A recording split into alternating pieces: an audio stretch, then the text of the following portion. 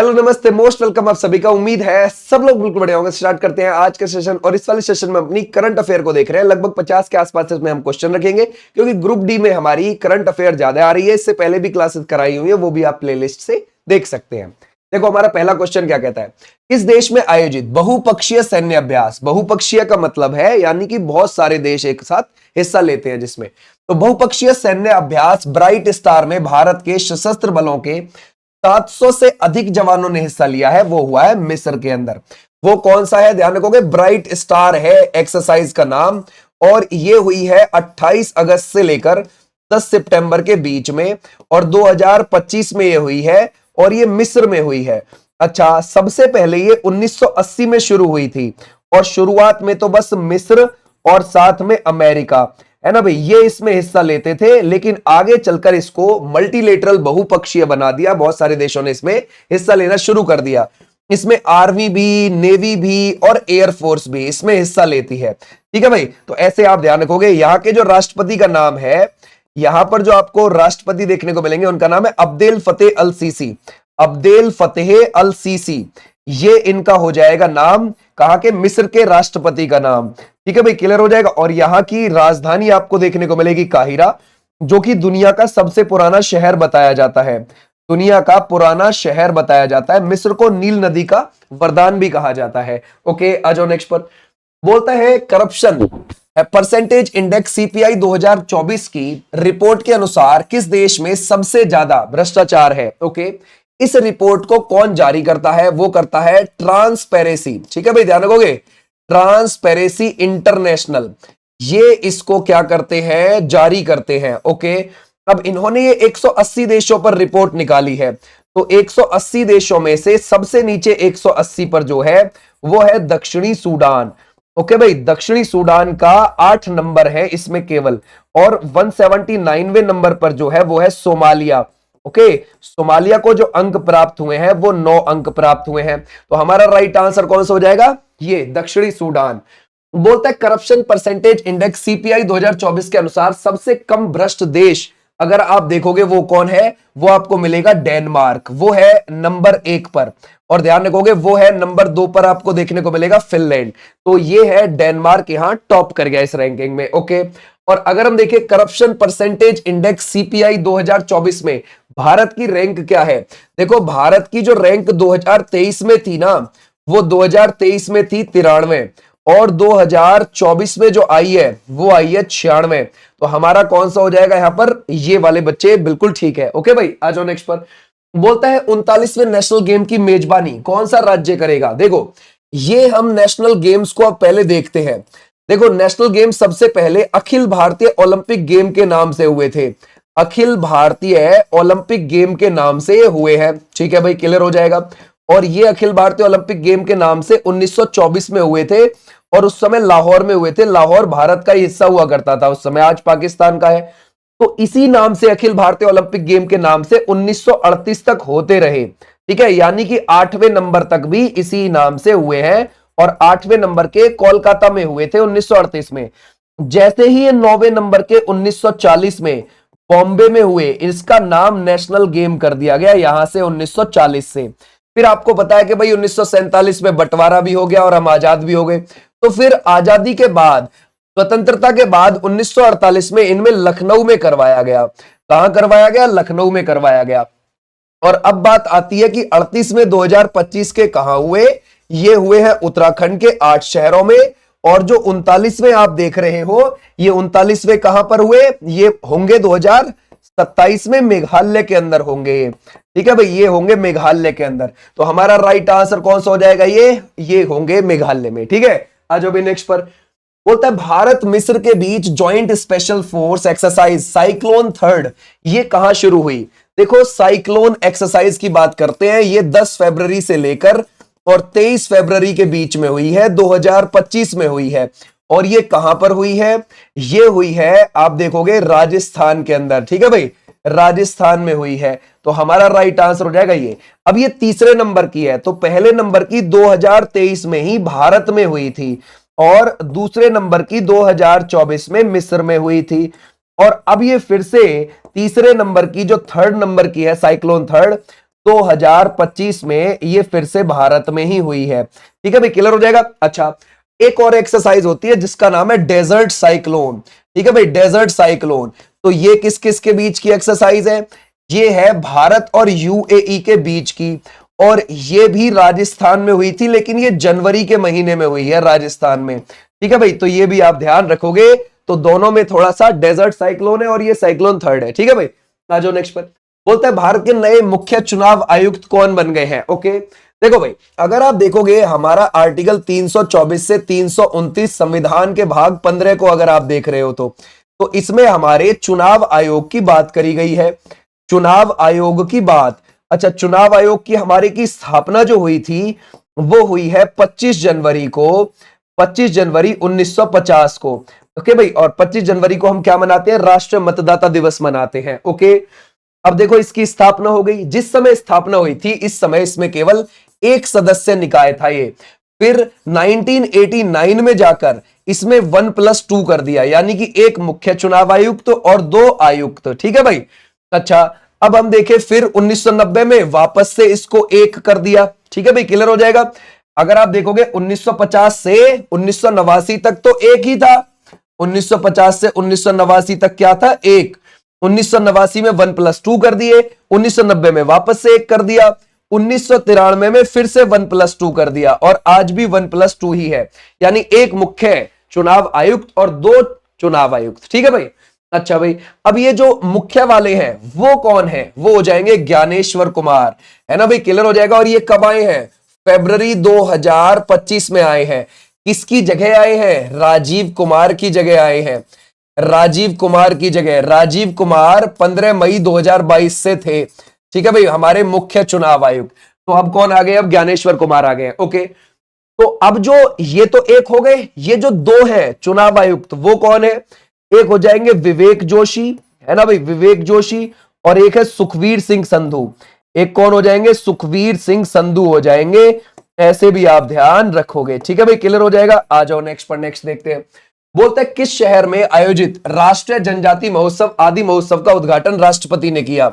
ये 16 फरवरी से लेकर और 24 फरवरी के बीच में चला है, और ये कहां पर हुआ है? 2025 में ही नई दिल्ली में हुआ है। ओके भाई, ध्यान रखोगे, नई दिल्ली में। हमारी प्रेसिडेंट ने ही किया इसका उद्घाटन। तो ऐसे भी आप ध्यान रखोगे, हमारी प्रेसिडेंट का नाम क्या है? द्रौपदी मुर्मू जी हैं, और वो कितनेवें नंबर की है? 15वें नंबर की प्रेसिडेंट है हमारी। कब बनी है? 25 जुलाई 2022 को बनी थी। ओके भाई, 2022 को। तो ऐसे भी आप ध्यान रखोगे, संथाल जनजाति से बिलोंग करती हैं। वित्त मंत्री निर्मला सीतारमण जी ने लोकसभा में नया इनकम टैक्स बिल 2025 पेश किया। यह बिल किस एक्ट को रिप्लेस करेगा? तो ये देखो, फरवरी 2025 में ये पेश किया गया लोकसभा के अंदर, और ये अभी ध्यान रखोगे, पहले तो लोकसभा में पारित होगा, फिर राज्यसभा में होगा, फिर उसके बाद प्रेसिडेंट की मंजूरी मिलेगी, जब जाके एक्ट बनेगा, कानून बनेगा, फिर उसके बाद ये लागू होगा। ओके, तो ये किसको रिप्लेस कर देगा? अब जो नया आने वाला है, तो ये जो 2025 वाला आने वाला है, ये करेगा इनकम टैक्स एक्ट 1961 को रिप्लेस, क्योंकि ये बहुत ज्यादा, ध्यान रखोगे, भारी हो चुका है ना भाई, ध्यान रखोगे, ये बहुत ज्यादा क्या हो चुका है? भारी हो चुका है। इसमें आपको 43, ध्यान रखोगे, क्या देखने को मिलते हैं? चैप्टर देखने को मिलते हैं, अध्याय देखने को मिलते हैं। इतने इसमें चैप्टर हैं। ठीक है भाई, जो पुराना वाला है, जो नया आएगा उसमें कितने रहेंगे? इसमें 23 चैप्टर रहेंगे। ठीक है भाई, और ये कितने पेज का है? अगर हम देखें, ये है आपका 622 पेज का जो अब आएगा। ठीक है भाई, और जो पुराना वाला है वो 823 पेज का है। कितने? 823 पेज का आपको देखने को मिलता है। ठीक है भाई, क्लियर हो जाएगा। आ जाओ नेक्स्ट पर। रक्षा मंत्री राजनाथ सिंह ने फरवरी 2025 में यलहंका एयरफोर्स स्टेशन बेंगलुरु पर एरो इंडिया के कौन से संस्करण का उद्घाटन किया है? 15वें का। ठीक है भाई, क्लियर हो जाएगा। और ये 10 से लेकर 14 फरवरी के बीच में हुआ, और ये कहां हुआ? बेंगलोर में हुआ है। ठीक है भाई, ये जो आपको देखने को मिलता है ना एयर शो, एशिया का सबसे बड़ा एयर शो है ये। ठीक है भाई, इसका एशिया का सबसे बड़ा एयर शो, सबसे बड़ा एयर शो आपको देखने को मिल जाएगा। ठीक है भाई, क्लियर हो जाएगा यहां तक। आ जाओ भाई नेक्स्ट पर। बोलता है देश के किस राज्य में सबसे ज्यादा 11वीं बार राष्ट्रपति शासन लागू किया गया? जरा बताओ। क्या हुआ कि फरवरी में ही 2025 में मणिपुर के सीएम ने इस्तीफा दे दिया। ठीक है भाई, मणिपुर के सीएम ने इस्तीफा दे दिया और वहां पर गवर्नमेंट नया सीएम नहीं चुन पा रही थी, तो वहां पर और ऊपर से वहां 3 मई से, है ना भाई, ध्यान रखोगे 2023 3 मई से ही वहां पर दिक्कत चल रही थी। एक तरफ कुकी लोग थे, है ना, कुकी और नागा, और एक तरफ मैतेई लोग, इनमें झगड़ा चल रहा था आपस में। ये है कौन, ध्यान रखोगे, कुकी और नागा एक तरफ हो गए और एक तरफ मैतेई लोग हो गए। देखो वहां ज्यादातर जो जनसंख्या है लगभग 60% वो मैतेई लोगों की है।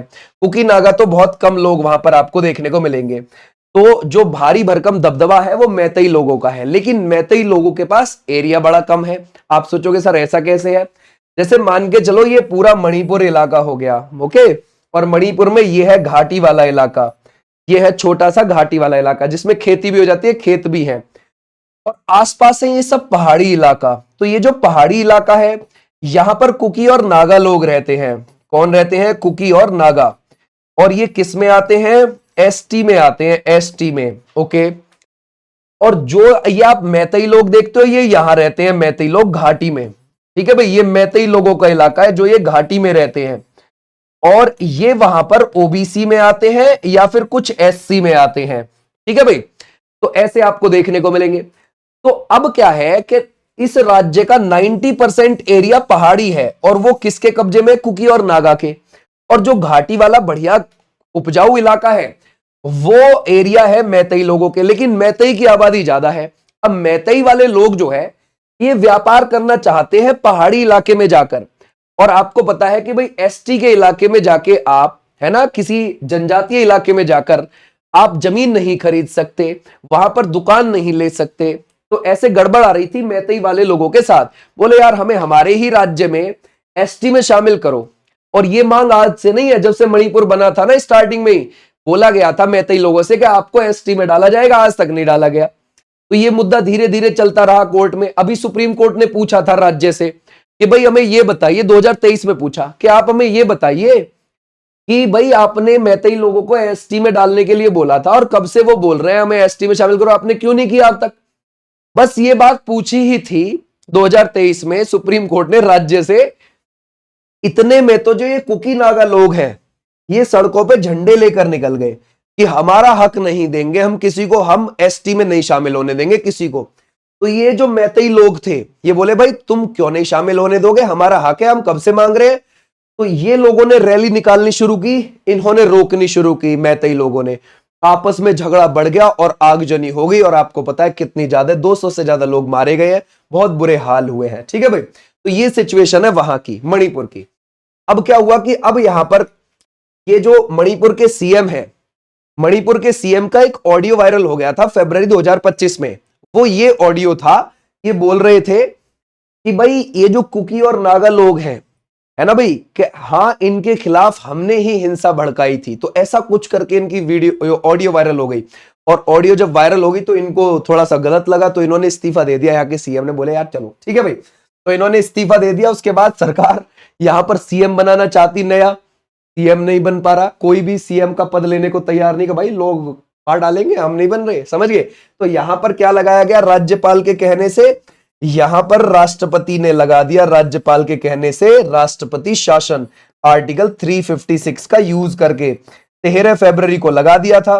फिर 13 अगस्त को और 6 महीने का बढ़ा दिया, क्योंकि 13 फरवरी से 13 अगस्त तक आके 6 महीने हो जा रहे थे, 13 अगस्त को फिर से अगले 6 महीने के लिए बढ़ा दिया है यहाँ पे। तो हमारा राइट आंसर हो जाएगा, ये है यहाँ की सिचुएशन। ओके, आ जाओ नेक्स्ट पर।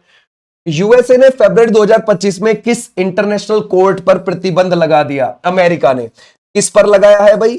वो लगाया है इसमें से इंटरनेशनल क्रिमिनल कोर्ट पर।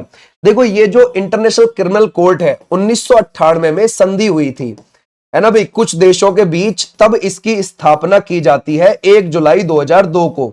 किस संधि के आधार पर? 1998 की संधि के आधार पर। अच्छा, अगर आप देखोगे इसका 123 देश क्या हो जाएंगे, इसके सदस्य हो जाएंगे। इन 123 में से 31 देश ऐसे हैं जिन्होंने इसको बनाने के लिए संधि पर तो साइन किया, लेकिन इसको ऑफिशियली मान्यता नहीं दी। हाँ देखो, शुरू में तो उन्होंने बोल दिया था कि हाँ ठीक है भाई बना लो, एक आईसीसी बना लो, इंटरनेशनल क्रिमिनल कोर्ट बना लो, कोई दिक्कत नहीं है।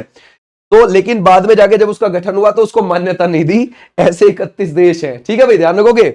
और अगर आप देखोगे, और इसमें शामिल भारत है ही नहीं, भारत ने ना संधि पर साइन किया ना मान्यता दी, तो भारत का इससे यहां पर कोई लेना देना ही नहीं है, चाइना का भी कोई लेना देना नहीं है।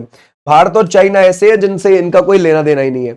लेकिन ऐसे देश जिन्होंने संधि पर साइन किए लेकिन मान्यता नहीं दी, उसमें ध्यान रखोगे रूस भी आता है, यूएस भी आता है, ठीक है भाई, ध्यान रखोगे, यूक्रेन भी आता है, तो ये भी आप ध्यान रखोगे। और अब कह रहा है बैन लगाने की बात यूएसए के ऊपर, ठीक है भाई। अच्छा, क्यों लगा रहा है वो, क्यों बैन लगाने की बोला यूएसए ने? क्योंकि इजराइल के प्रधानमंत्री बेंजामिन नेतन्याहू ने बेंजामिन नेतन्याहू के खिलाफ गिरफ्तारी वारंट जारी कर दिया, इसने आईसीसी ने, इस वजह से। अच्छा, जो हमास के नेता हैं उनके खिलाफ भी किया है गिरफ्तारी वारंट जारी, और इजराइल के ही पूर्व रक्षा मंत्री के खिलाफ भी किया है गिरफ्तारी वारंट जारी। और इजराइल अमेरिका का दोस्त है, तो बस इस वजह से अमेरिका बैन लगाने की बोल रहा है। अमेरिका ने फरवरी 2025 में किन संगठनों से बाहर निकलने की घोषणा करी है? तो ये है यूएनएचआरसी और यूएनआरडब्ल्यूए। तो हमारा राइट आंसर कौन सा हो जाएगा? ये वाले। आपको पता है डब्ल्यूएचओ से बाहर निकल ही चुका है और यूनेस्को से भी बाहर निकलने के लिए बोल दिया है, ठीक है भाई। तो ऐसे भी आप ध्यान रखोगे। अमेरिका के बाद किस देश ने यूएनएचआरसी संयुक्त राष्ट्र मानवाधिकार परिषद से बाहर निकलने की घोषणा करी? इजराइल ने। आ जाओ नेक्स्ट पर। दिल्ली की नई सीएम के बारे में जरा बताओ। देखो भाई, अगर हम देखें दिल्ली में 5 फरवरी को चुनाव हुए थे और 70 विधानसभा सीटों पर चुनाव हुए, और 70 में से 48 कौन जीत गई है? बीजेपी जीत गई है, और 22 आम आदमी पार्टी जीत गई है, ठीक है भाई। और यहां पर कांग्रेस को 0 सीट हासिल हुई थी। ओके, अब यहां की जो सीएम बन गई वो रेखा गुप्ता बन गई। उम्र कितनी है? 50 साल, ठीक है भाई। इनका जन्म स्थान कहां पर है? जन्म स्थान इनको देखने को मिलेगा हरियाणा के जुलाना, ठीक है भाई, ध्यान रखोगे। जुलाना गांव से आती है हरियाणा के, ध्यान रखना।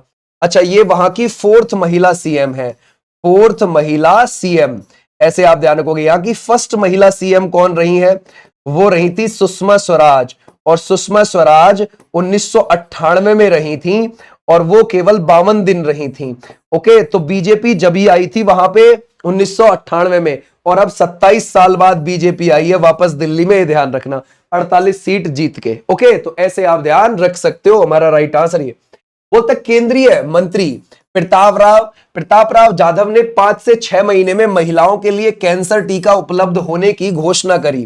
टीकाकरण के लिए कितने वर्ष की आयु के लोग पात्र होंगे? 9 से 16 वर्ष। उन्होंने बोला कि भाई कैंसर से लगभग 2023 में अगर हम देखें 96 लाख से 1 करोड़ के बीच में लोगों की डेथ हुई है। तो हम ध्यान रखोगे महिलाओं के लिए क्या कर रहे हैं? अभी कैंसर का टीका बनवाएंगे जो 9 से 16 वर्ष तक की महिलाओं को लगाया जा सकेगा, ठीक है भाई। आ जाओ नेक्स्ट पर। बजट 2025-26 में उत्तर प्रदेश सरकार ने कितने रुपए के खर्च का लक्ष्य रखा है? देखो क्या हुआ भाई, अगर हम देखें, है ना, देखो क्या हुआ कि 18 फरवरी से विधानसभा, ध्यान रखोगे, विधानसभा, है ना भाई, 18 फरवरी से क्या हुआ? पहले तो वहां का बजट सत्र शुरू हुआ यूपी का, ठीक है भाई, ध्यान रखोगे, यूपी का बजट सत्र शुरू हुआ, ठीक है भाई, 18 फरवरी से। विधानसभा के अंदर 20 फरवरी में बजट पेश किया गया, ठीक है भाई, ध्यान रखोगे, उत्तर प्रदेश के वित्त मंत्री के द्वारा। और ये जो 2025-26 का बजट है वो अब तक का सबसे बड़ा बजट है, ठीक है भाई, ध्यान रखोगे, यूपी का। वो है 8.08 लाख करोड़ का, है ना भाई, ध्यान रखोगे। तो ऐसे भी आप कह सकते हो कि भाई कितना, 8.08736 करोड़, ऐसे भी आप लिख सकते हो इसको, ठीक है भाई।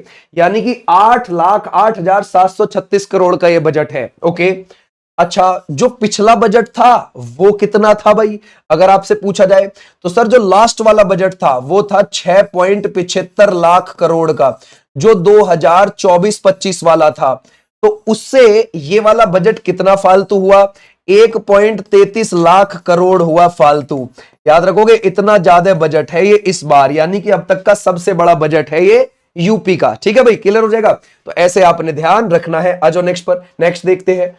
उत्तर प्रदेश सरकार ने बजट 2025-26 में जीएसडीपी विकास दर क्या लक्ष्य रखा है? देखो हमेशा ध्यान रखना, ये जो 2025-26 है, पेश तो ये हो गया 20 फरवरी को वहां की विधानसभा में, यूपी की में, लेकिन ये कब से कब तक चलेगा? इसमें जो रुपया है वो कब से कब के बीच में खर्च किया जाएगा? वो किया जाएगा 1 अप्रैल 2025 से लेकर 31 मार्च 2026 26 के बीच में। ठीक है भाई, क्लियर हो जाएगा। ये इसका मतलब है कि 2025-26 बजट।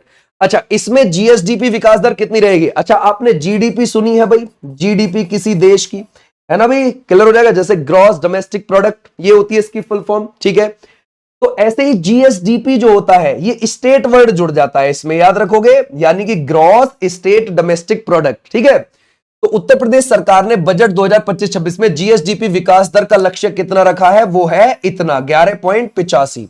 ऐसे भी आप ध्यान रख सकते हो। ठीक है भाई, आ जाओ नेक्स्ट पर। उत्तर प्रदेश सरकार ने बजट 2025-26 के अनुसार 31 मार्च 2026 तक, यानी कि 31 मार्च जो आएगी 2026 की तक, राज्य का कर्ज कितना होने का अनुमान, जो पिछले 10 वर्षों में 3 गुना होगा। ठीक है भाई। अच्छा, तो भाई कितना हो जाएगा? इतना हो जाएगा, यानी कि आने वाली 31 मार्च 2026 तक उत्तर प्रदेश पे जो कर्जा हो जाएगा वो इतना हो जाएगा। अच्छा, 2015-16 में कितना था? 2015-16 में उत्तर प्रदेश के ऊपर कर्जा था 3 लाख करोड़ का, 3 लाख करोड़। ठीक है भाई, तो लगभग लगभग, है ना, आप कह सकते हो कि 10 सालों में कितना? 3 गुना होगा। ये भी आप ध्यान रख सकते हो। क्लियर हो जाएगा, समझ गए। अच्छा, अगर हम देखें 31 मार्च 2025 तक हमारे पास जो बीत गई है 31 मार्च, उस तक हमारे पास जो कर्जा है वो कितना है? ध्यान रखोगे, उत्तर प्रदेश के पास है 8.46 लाख करोड़ का कर्जा, और आने वाले 31 मार्च 2026 तक हो जाएगा इतना। ठीक है भाई, तो ऐसे भी आप ध्यान रख सकते हो। बोलता है 38वें राष्ट्रीय खेलों का आयोजन, जरा बताओ। अगर हम देखें भाई 38वें, अभी अभी हमने राष्ट्रीय गेम को देखा था थोड़ी देर पहले कि नेशनल गेम सबसे पहले 1924 में लाहौर में हुए थे। लाहौर उस समय भारत का हिस्सा था और आज तो पाकिस्तान का हिस्सा है लाहौर। तो किस नाम से हुए थे? अखिल भारतीय ओलंपिक गेम के नाम से, और 1940 में इसका नाम बदलकर नेशनल गेम कर दिया। ठीक है, जब ये बॉम्बे में 1940 में हुए तो इसका नाम नेशनल गेम कर दिया। फिर 1948 में आजादी के बाद इन्हें लखनऊ में करवाया गया। ठीक है, अब बात आती है कि 38 में जो हुए हैं 2025 में, ये हुए हैं उत्तराखंड में, और उत्तराखंड में 28 जनवरी से लेकर 14 फरवरी के बीच में ये हुए हैं। ठीक है, क्लियर हो जाएगा। अब इस बीच में ये हो गए वहां के 8 शहरों में हो गए। कहां? 8 शहरों में आपको देखने को मिल गए उत्तराखंड के अंदर। जो 28 जनवरी को उद्घाटन हुआ है Rajiv Gandhi International Cricket Stadium पड़ता है देहरादून में। ठीक है भाई, ध्यान रखोगे, देहरादून में, वहां मोदी जी ने इसका उद्घाटन किया। ओके, और जो इनका समापन हुआ है 14 फरवरी को, वो हुआ है हल्द्वानी में, और ये समापन किसने किया है? अमित शाह जी ने। ओके भाई, ध्यान रखोगे, अमित शाह जी ने इनकी एंडिंग करी है, ये भी आप ध्यान रखोगे। तो हमारा राइट हो जाएगा यहां पर ये उत्तराखंड। ठीक है, क्लियर हो जाएगा। आ जाओ नेक्स्ट पर। बोलता है 38वें नेशनल गेम्स की पदक तालिका में किस राज्य या केंद्र शासित प्रदेश ने शीर्ष स्थान हासिल किया है? ओके, अब देखो जो टॉप पर रहा है, वो टॉप पर कौन रहा है? वो रहे हैं सर्विसेज वाले, यानी कि सेवाएं वाले, या फिर आप इन्हें आप सेना भी बोल सकते हो। ठीक है भाई, ये रहे हैं टॉप पर। अच्छा, ये कितने पदक लेकर आए हैं? ये पदक जो लेकर आए हैं वो लेकर आए 68, 26, 27, टोटल 121। ये गोल्ड है, ये सिल्वर है, ब्रॉन्ज है। ठीक है भाई, तो ये रहे हैं टॉप पर। यहां पर आ जाओ। अच्छा, जो भी नेशनल गेम में टॉप पर रहता है उसको राजा भालिद्र सिंह ट्रॉफी मिलती है। कौन सी मिलती है? राजा भालिद्र सिंह ट्रॉफी मिलती है। ये भी आप ध्यान रखोगे। ठीक है भाई, क्लियर हो जाएगा, शाबाश। आ जाओ नेक्स्ट पर। बोलता है 38वें राष्ट्रीय खेलों की थीम क्या है? ग्रीन गेम्स हो जाएगी। बोलता है 38वें नेशनल गेम्स का एंथम क्या हो जाएगा? संकल्प से शिखर तक हो जाएगा। आ जाओ नेक्स्ट पर। बोलता है 39वें राष्ट्रीय खेलों की मेजबानी 2027 में कौन करेगा? तो 2027 में वो मेघालय करेगा। देखो, ऐसा नहीं है कि नॉर्थ ईस्ट में पहली बार होने जा रहा है, इससे पहले असम और मणिपुर नॉर्थ ईस्ट के कर चुके हैं। तो फिर जो है नॉर्थ ईस्ट में ध्यान रखोगे, ऐसा नहीं है कि भाई पहली बार ही होगा ना, इससे पहले मणिपुर और असम कर चुके हैं, ये हमें पता होना चाहिए। अब मेघालय करेगा 2027 में। बोलता है अमेरिकी जांच agency federal bureau of investigation 1908 में बनी है। कब बनी है? 1908 में। एफबीआई, और इसका आपको वॉशिंगटन डीसी में हेडक्वार्टर देखने को मिलता है। ठीक है, अभी इसके, है ना, डायरेक्टर जो बने हैं वो कौन बने हैं? काश पटेल बने हैं। ठीक है भाई, कौन बने हैं? काश पटेल। इन्होंने भगवत गीता पर हाथ रखकर शपथ ली है। आ जाओ भाई नेक्स्ट पर। बोलता है एक दिवसीय अंतरराष्ट्रीय मैचों में सबसे तेज 14,000 रन बनाने वाले बल्लेबाज कौन बन गए? और उन्होंने 287 पारी ली है इतने रन बनाने में ओनली, वो है विराट कोहली। अच्छा, 350 पारी ली थी सचिन तेंदुलकर ने, ओके भाई ध्यान रखोगे, और 378 पारी ली थी कुमार संगाकारा ने, जो श्रीलंका से बिलोंग करते हैं, ठीक है भाई, कुमार संगाकारा, ठीक है, ऐसे भी आप ध्यान रखोगे। बोलता है वनडे क्रिकेट में सबसे ज्यादा कैच लेने वाले वो कौन बन गए, तो कैच लेने वाले भी विराट कोहली बन गए। विराट कोहली ने टेस्ट से संन्यास मई में ले लिया था, मई 2025 में ले लिया था इन्होंने, और अगर आप देखोगे 123 टेस्ट मैच इन्होंने खेले हैं, 30 शतक भी बनाए, ठीक है भाई, और 31 अर्धशतक भी बनाए टेस्ट में। रोहित शर्मा ने भी टेस्ट से मई 2025 में संन्यास ले लिया था। T20 से विराट कोहली और रोहित शर्मा इन दोनों ने ही T20 से 29 जून को ले लिया था 2024 को, ठीक है भाई, T20 विश्व कप का फाइनल हुआ था तब, ठीक है भाई। आ जाओ नेक्स्ट पर। केंद्र सरकार ने नीति आयोग के सीईओ बीवीआर सुब्रमण्यम का कार्यकाल कितना बढ़ा दिया। देखो, नीति आयोग 1 जनवरी 2015 को बना है, भारत सरकार का थिंक टैंक है, ठीक है भाई, और इसमें प्रधानमंत्री ही अध्यक्ष होते हैं, और इसमें जो उपाध्यक्ष है वो अभी कौन है, सुमन बेरी है, ठीक है भाई, ध्यान रखोगे, सुमन बेरी। पहले उपाध्यक्ष थे अरविंद पनगड़िया इसके, और अभी जो सीईओ है वो बीवीआर सुब्रमण्यम है, जिनका कार्यकाल इसी फरवरी 2025 को समाप्त हो जाता, लेकिन 1 साल का बढ़ा दिया उनका कार्यकाल और पहुंचा दिया कब तक, फरवरी 2026 तक, ठीक है भाई, ऐसे आप ध्यान रखोगे। आ जाओ नेक्स्ट पर। बोलते हैं अनुवादक की सुविधा से लैस होने वाली देश की पहली विधानसभा का नाम बताइए, ठीक है भाई, यानी कि मान के चलो विधानसभा के अंदर आप किसी भी भाषा में आप भाषण दे रहे हो, लेकिन आपका जो वहां पर विधायक बैठा हुआ है विधानसभा के अंदर, वो किसी और भाषा में सुनना चाहता है, जैसे कि वो भोजपुरी में सुनना चाहे, है ना भाई, बुंदेलखंडी में सुनना चाहे, अवधी में सुनना चाहे, वो सुन सकता है, अंग्रेजी में सुनना चाहे उस भाषण को वो सुन सकता है। तो ऐसी कौन सी है जो अनुवादक की सुविधा से लैस हुई है, वो उत्तर प्रदेश की विधानसभा है ना भाई, तो वो भोजपुरी में सुनना चाहे या फिर अवधी में, बुंदेलखंडी में, इनमें या फिर अंग्रेजी में सुनना चाहे सुन सकता है। उत्तर प्रदेश की विधानसभा भारत की सबसे बड़ी विधानसभा है, 403 सीटें हैं उसमें। 78वें British academy film award BAFTA पुरस्कार 2025 में बेस्ट फिल्म का अवार्ड किसे मिला है। देखो 1949 में शुरू हुए हैं अवार्ड, ठीक है भाई, ये अवार्ड जो शुरू हुए कब, 1949 में। तो अगर हम देखें हमारा राइट आंसर कौन सा हो जाएगा, conclave is the right answer, ठीक है भाई, इसको मिला है। आ जाओ भाई नेक्स्ट पर। बोलता है 78वें बाफ्टा पुरस्कार 2025 में भारतीय निर्देशक पायल कपाड़िया की किस पहली फिल्म को पीछे छोड़कर एमेलिया पेरेज फिल्म ने बेस्ट नॉन इंग्लिश फिल्म का खिताब जीत लिया। एमेलिया पेरेज जो है स्पेनिश में है, ये ध्यान रखना, कौन सी में है, स्पेनिश में है, तो ध्यान रखोगे। पायल कपाड़िया की कौन सी थी, all we imagine as light, इसको पछाड़ दिया किसने, एमेलिया पेरेज ने, और एमेलिया पेरेज अवार्ड जीत गई, ठीक है भाई। आ जाओ नेक्स्ट पर। डोनाल्ड ट्रंप ने कितनी रकम में गोल्ड कार्ड बेचने का ऐलान किया जिससे अप्रवासियों को अमेरिकी नागरिकता मिलना आसान होगा। $50 लाख, यानी कि लगभग 44 करोड़ रुपए अगर आपके पास है तो सीधी सी बात है कि आपको क्या मिल जाएगा, अमेरिका की नागरिकता मिल जाएगी। और देखो इतने रुपए, अमेरिका के प्रेसिडेंट का कहना है कि अगर आपके पास इतने रुपए हैं नागरिकता लेने के लिए तो सीधी सी बात है आप अमीर आदमी होंगे, यहां पर टैक्स भी देंगे, यहां पर बिजनेस करेंगे तो बेरोजगारों को रोजगार भी मिलेगा। ओके भाई, तो ऐसे अगर इतने रुपए हैं तो अमेरिका की आपको नागरिकता मिल जाएगी, ठीक है भाई। बोलता है दुनिया में सबसे ज्यादा इंटरनेट शटडाउन किस देश की सरकार ने वर्ष 2024 में किए, जिसका डेटा अमेरिकी संगठन एक्सेस नाउ ने जारी किया है।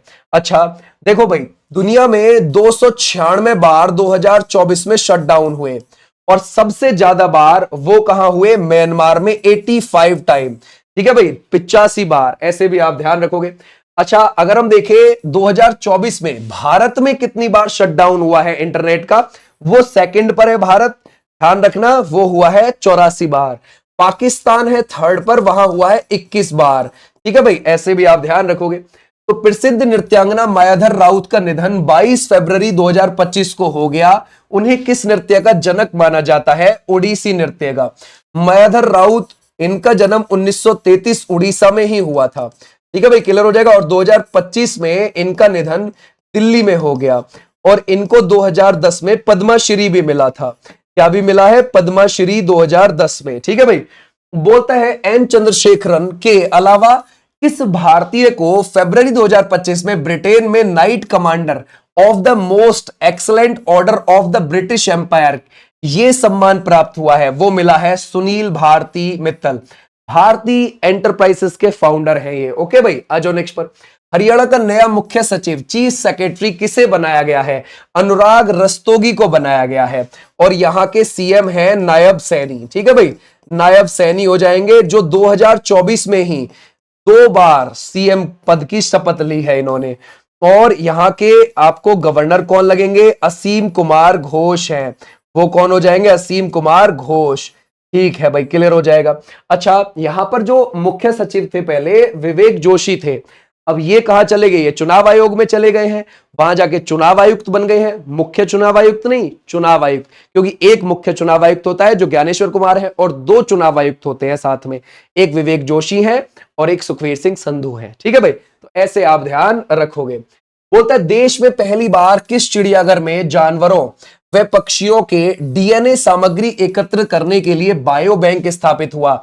Padmaja Naidu Himalayan zoological park. ठीक है भाई, तो ऐसे भी आप ध्यान रखेंगे। कोई तो ये कहां पर है? दार्जिलिंग में है, वेस्ट बंगाल में है। ठीक है भाई, ये आपको कहां पर देखने को मिल जाएगा? दार्जिलिंग, वेस्ट बंगाल में आपको देखने को मिल जाएगा। अपनी चाय के लिए बहुत फेमस है दार्जिलिंग।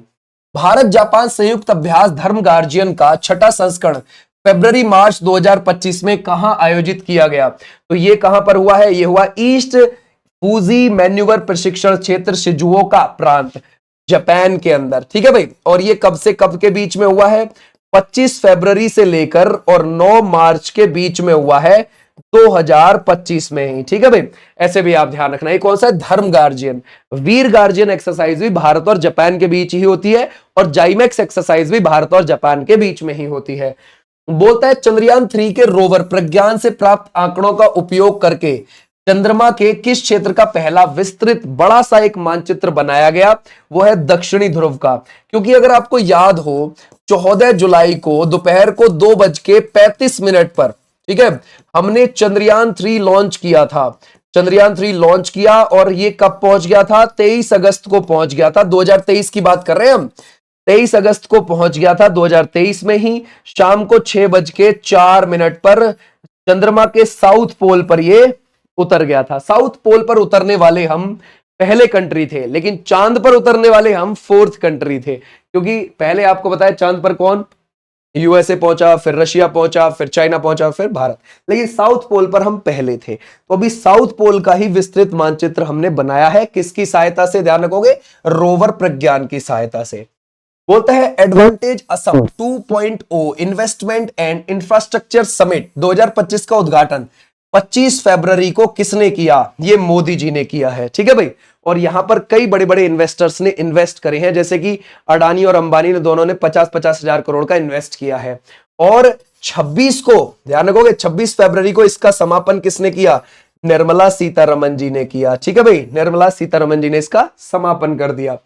भारत का सबसे बड़ा global textile event Bharat Tex 2025 को कहां आयोजित किया गया? ये नई दिल्ली में हुआ और ये फरवरी में हुआ है 2025 में ही। ठीक है भाई, क्लियर हो जाएगा। अभी कपड़े के मामले में भारत जो एक्सपोर्ट करता है वो 3 लाख करोड़ का कपड़ा सालाना एक्सपोर्ट कर देता है।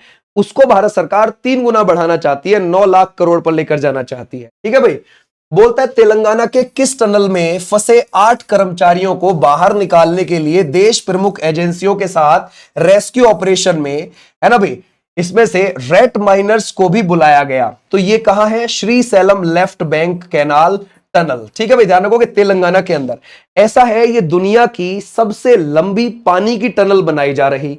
और इसमें क्या हुआ कि 22 फरवरी की बात है, इसमें 70, ध्यान रखोगे, कर्मचारी कार्य करने के लिए गए अंदर टनल में।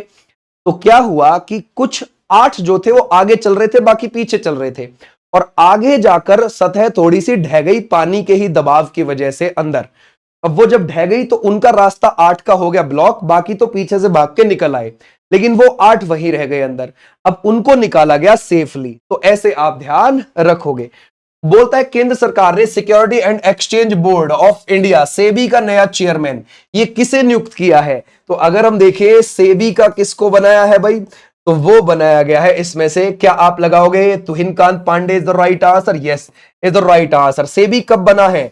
12 अप्रैल को बना है 1988 में, और 1992 में इसको वैधानिक दर्जा दिया गया संसद में। ध्यान रखोगे, कानून पास करके, ऐसे आप ध्यान रखोगे। ठीक है भाई, क्लियर है? संसद में कानून बनाकर। ओके, अगर हम देखें इसका मुंबई के अंदर आपको हेडक्वार्टर देखने को मिल जाएगा। अच्छा, ये जो तुहिनकांत पांडे है किसकी जगह है? माधुरीपुरी बुच की जगह आए हैं। ठीक है भाई, आ जाओ नेक्स्ट पर। बोलते हैं जर्मनी के नए चांसलर कौन बने हैं? ये बन गए हैं Friedrich Merz is the right answer. Punjab की राज्य सरकार ने राज्य के सभी स्कूलों में किस भाषा को मुख्य और अनिवार्य विषय के रूप में पढ़ाना अनिवार्य कर दिया? पंजाबी भाषा को कर दिया है। बोलते हैं सर्वश्रेष्ठ फिल्म का ऑस्कर अवार्ड 2025 ये किसको मिला है? इस बार 97वें नंबर के ऑस्कर पुरस्कार मिले 2025 में। इनको हम अकेडमी पुरस्कार भी बोलते हैं, और ये यूएसए के अंदर दिए जाते हैं। सबसे पहले ये अकेडमी पुरस्कार 16 मई 1929 को दिए गए थे। अब हम 97वें नंबर की बात करें तो 5 ऑस्कर अवार्ड ये ले गई इस बार एनोरा फिल्म। बोलता है ऑस्कर समारोह 2025 में किस फिल्म को सर्वाधिक 5 अवार्ड मिले? एनोरा को मिले हैं। 97वें में ऑस्कर अवार्ड समारोह 2025 में किसे बेस्ट एक्टर का अवार्ड मिला है? ब्रॉडी को मिला है, ब्रूटलिस्ट पिक्चर के लिए। कौन सी पिक्चर के लिए? ब्रूटलिस्ट मूवी के लिए। बेस्ट एक्ट्रेस का अवार्ड है ना भाई, ऑस्कर अवार्ड 2025 में किसको मिला? मिकी मेडिसन को मिला, एनोरा पिक्चर के लिए। ठीक है भाई, कौन सी? एनोरा पिक्चर के लिए। बोलता है केंद्रीय औद्योगिक सुरक्षा बल सीआईएसएफ के रिक्रूट ट्रेनिंग सेंटर आरटीसी अराकोड़म का नाम बदलकर क्या कर दिया गया है? तो वो कर दिया गया है राजादित्य चोलन आरटीसी, तकोल्लम तमिलनाडु के अंदर ये है। आ जाओ भाई नेक्स्ट पर। किसे नोबेल शांति पुरस्कार विजेता की, है ना, किस नोबेल शांति पुरस्कार विजेता की आत्मकथा दिया सलाई को पूर्व राष्ट्रपति रामनाथ कोविंद ने लॉन्च किया? ये किसकी हो जाएगी? ये है कैलाश सत्यार्थी। ध्यान रखोगे, शांति का नोबेल प्राइज मिला था इन्हें 2014 में। ठीक है भाई, आ जाओ नेक्स्ट पर। देश का सबसे चौड़ा 34 मीटर 6 लेन का ध्यान रखोगे, एक्सपेंशन केबल ब्रिज किस नदी पर बना है जिसका उद्घाटन पीएम मोदी और सीएम नीतीश कुमार ने किया? अब जरा ये आप मुझे होमवर्क के तौर पर बता देंगे कमेंट बॉक्स में। यहां पर हमारी डेली बेसिस पर 10 बजे ये वाली क्लास शुरू हो जाती है लाइव। ओके, और इसको आप देख सकते हो, करंट अफेयर की क्लास को डेली बेसिस पर। हमारी ग्रुप डी के लिए क्लास चल रही है, अभी ग्रुप डी के लिए क्लासेस चल रही है। इसके बाद हमारी एनटीपीसी के लिए भी शुरू हो जाएंगी। हमारी क्लास 5 बजे यूपी पुलिस के लिए आती है, जीएस की क्लास, और 9 बजे आपको लाइव देखने को मिलती है दिल्ली पुलिस के लिए। बिल्कुल ठीक है, अभी जीडी की भी क्लास यहां पर स्टार्ट होनी है, एनटीपीसी के लिए भी शुरू होनी है। बाकी 3 बजे यूपीएसआई की क्लास भी आ जाती है।